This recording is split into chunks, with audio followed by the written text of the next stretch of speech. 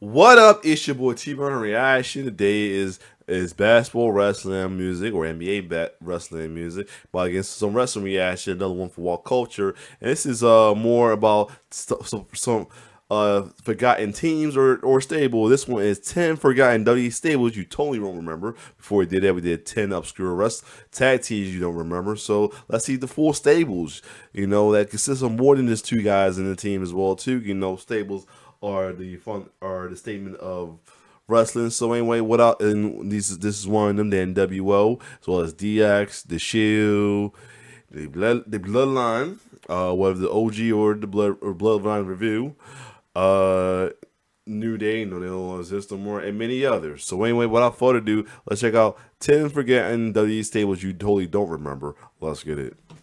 There was a time when wrestling loved growth. Evolutions. And for some reason, the powers that be hated them again before they came back into fashion. Thank goodness. Given how weird all that is, though, there have been some stables which have been forgotten to the passages of time.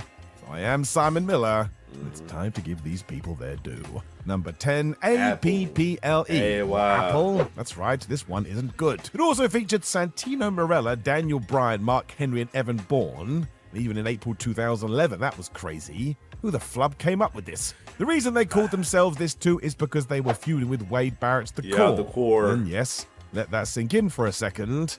No wonder people gave up on WWE after a while. Santino was the leader. He claimed this was Dark Times of the E as well too. So yeah, but still had extra meaning too. It stood for Allied People Powered by Loathing Everything That You Stand For. This was so dumb, and therefore I did kind of love it.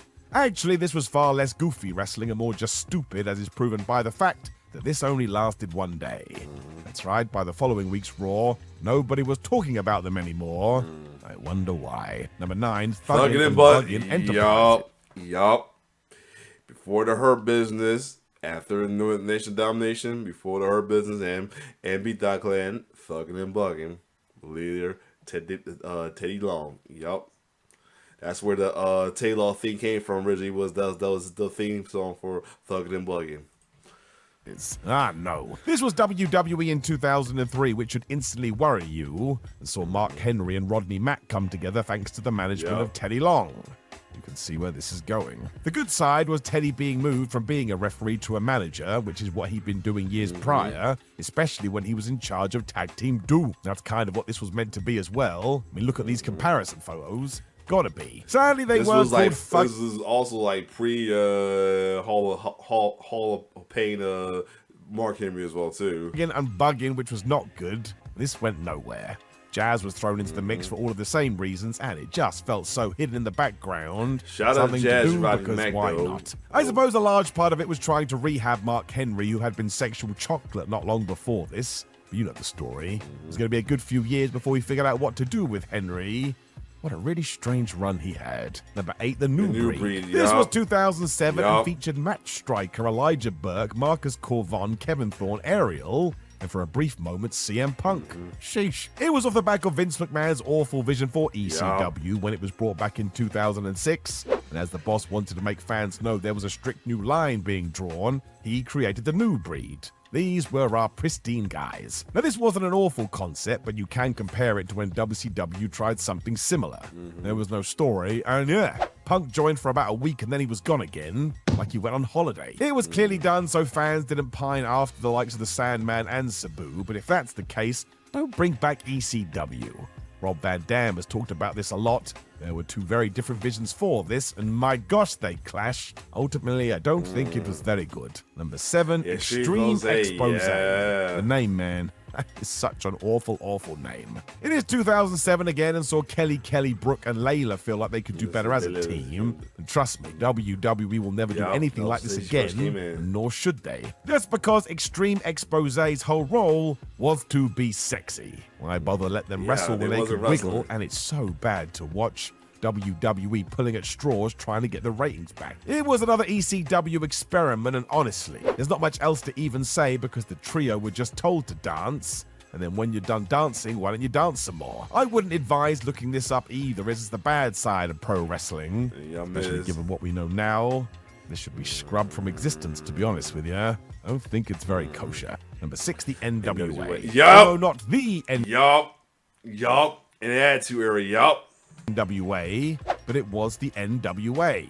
What? This is all kinds of amazing, though, as it was the WWF during the Attitude Era. That's right. It was 1998, so we were knee-deep into Stone Cold Steve Austin times, when Jim Cornette, Jeff Jarrett, the Rock and Roll Express, the New Midnight Express, Dan Severn, and Barry Windham decided they'd be better together. I think Vince McMahon did this through association alone, but man, they had no role at all. They'd just turn up, as every now and then Cornette would talk about the good old days of wrestling. It was just wrong place, wrong time, because fans didn't want that in real life or per a story. That's why Sable and the Rattlesnake were so popular. They represented something different. You'll be shocked to hear the NWA didn't last that long. Audacious Bob and Audacious Bart, yo. The audience roundly rejected it. It wasn't very smart.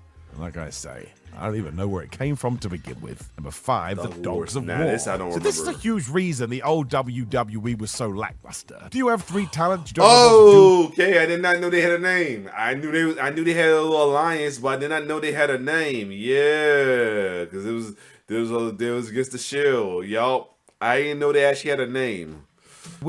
Just make them a team. We don't need a story or reason, just do it. It was 2018 as well when WWE was really struggling with this, so took Dolph Ziggler, Drew McIntyre, and Braun Strowman and said, hey, you're friends now. Now, Dolph and Drew had been teaming since McIntyre had been called up from NXT, and it was actually quite good.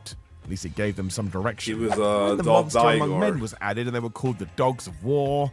Oh no. Their sole purpose was to try and end the Shield as well, which made no sense. Strowman had basically been doing this by himself for a year or so earlier, so now he felt totally marginalized. There was also the issue that nobody actually thought they were a proper threat to the recently reformed Roman Reigns, Seth Rollins, and Dean Ambrose either, so this felt pointless. You wanna know why? Because it was genuinely pointless. Number 4, Drew's other group. Yup, now that I remember, but yeah. And everybody, when Braun, because they broke up after Braun, they losing. Braun's one tag, Dolph and Drew got him. I thought they were gonna turn Drew face, and they did not. They turned Braun face. I was a little pissed off about that. But anyway, here we go. Yup. Was also to stop the Shield. Yup. He really didn't like him. In 2019, he brought in Baron Corbin and Bobby Lashley to help, so it was basically exactly what we had done 12 months before. Pretty much. And we just changed some faces. Yup. I'm not sure these 3 even had a name, but it did lead to McIntyre getting a match against Roman Reigns at WrestleMania 35. Amazingly, that was match 12 of 16 on that night, so it felt like nothing. And of course, Roman won, which was the same at the Fastlane pay-per-view too. The Shield won the 6-man tag. I'm not even sure why this trio wanted to end the group. They just did, and I think mostly it was because they were big. That's about it. I think they all deserved a lot more. Number 3, and Cena tried too. All the way back in 2013, this was against the Shield version 1. Now at the time, the new group were running riot, and John Cena was worried about his main events, I suppose. Therefore, he recruited CM Punk and Big E. Look at this. There they are doing the Shield fist pose after vowing to end them for good. It didn't work because WWE knew what they had, at least, and there's extra trivia here if you want to watch this week is when to week. the Shield was As soon as this was done, CM Punk's unhappiness with WWE shines through. I suppose you could call it his swan song. It is fair to note this barely lasted a couple of weeks, but still, John told us they were a unit, but it went against his biggest catchphrase, never give up.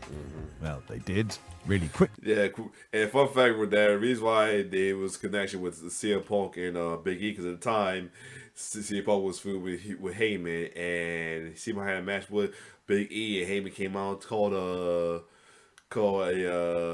Big E a NXT rookie, and he took a piss of that and took out Ryback and what was it, Kurt Axel and ready to go out to Paul Heyman and so who the rookie now? I love it. That was like his official face term after he was hanging with Dolph for a minute. No, after he was with AJ, after he was first hanging with Dolph and AJ, and then he turned on him and AJ turned on Dolph, and then later on he became a babyface, and later on down the line we got the New Day, and the rest of the story. Number 2, right to nudity. Somebody please punch me in the face. This was 2001, however. Okay. Yep, WWE was I did not know. Again, I probably know the know the stable, but the people that's in the stable, but did not know they had a name. Just like with Dogs of War, I did not know they had a name. Again. I suppose the APA, the Cat and Jacqueline, felt like Right to Censor had gone too far, and if they wanted to expose themselves on TV, they should have the right. I mean, that makes no sense. Look into the broadcast rules. This has nothing to do with anybody at WWE. The truly curious point is that Bradshaw and Farouk never tried to get naked, so what's that about? Although they did wear t-shirts saying always pounding ass, so who knows what's going on. Of course, this was just a vehicle for WWE to get more boobs on TV. And the only reason it was stopped is because in February the Cat was let go.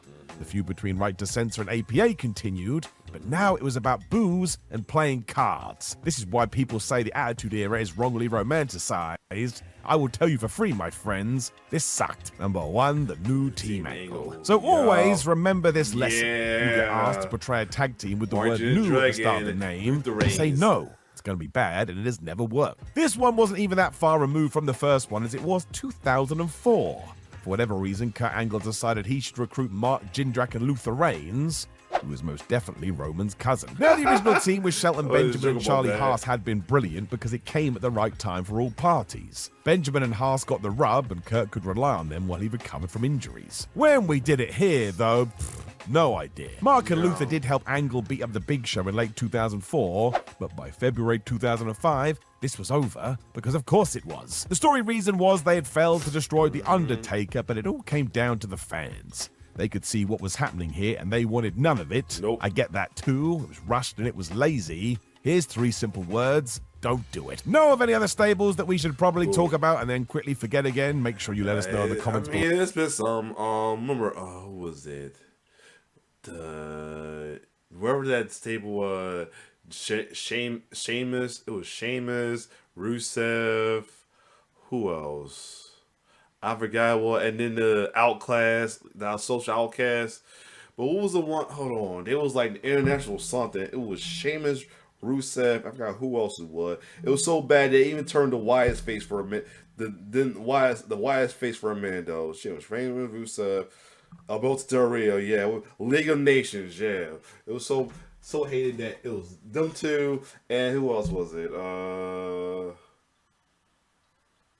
And Wade Barrett hated so much that they made the Wyatt's, who was actually heel Tom, faces as well too. They didn't care for him. But other than that, if you like my reaction, like, share, subscribe to my YouTube channel.